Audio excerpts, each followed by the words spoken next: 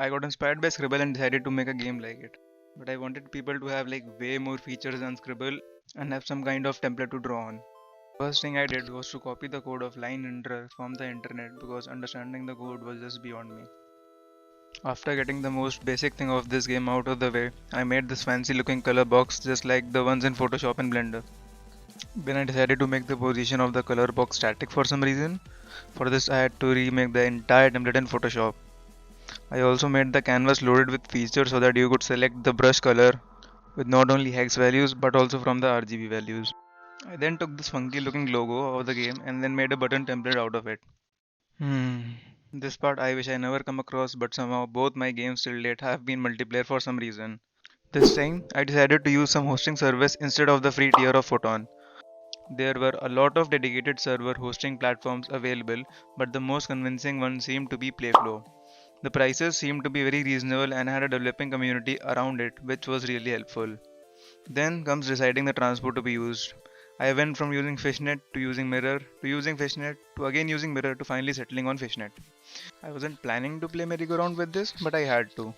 Implementing multiplayer is so tough that starting with error has become a tradition.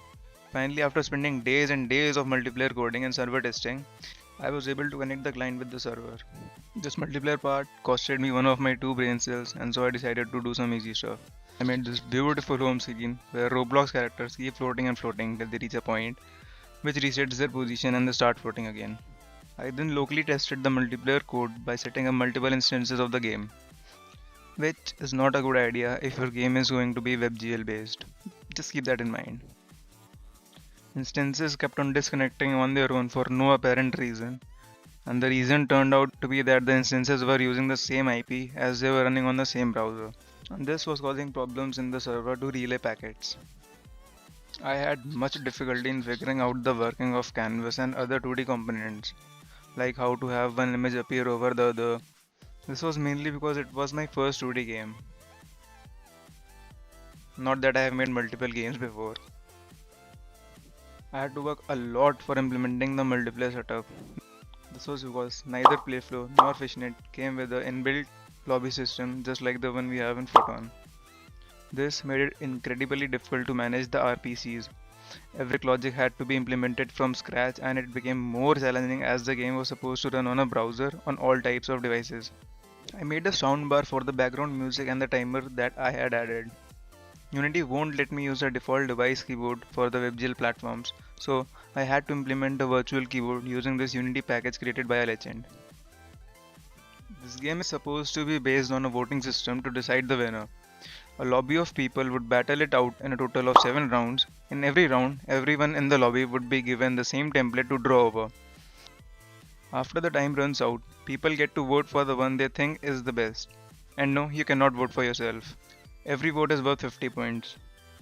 And yes, the time limit is 1 minute and 69 seconds.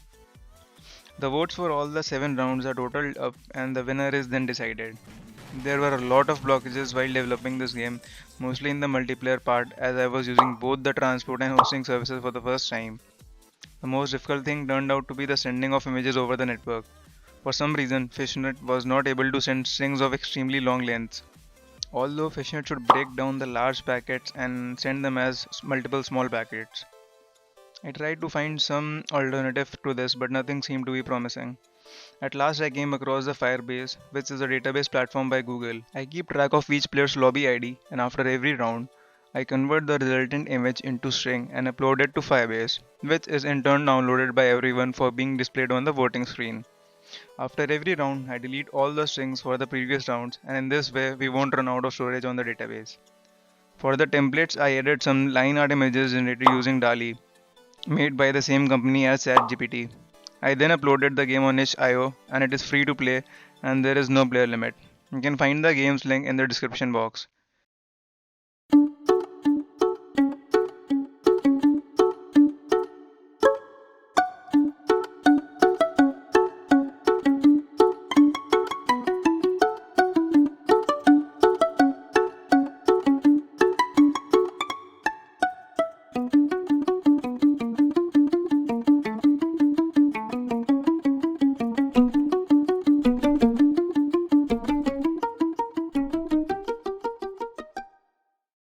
like, share, and subscribe so that I can buy a new mic.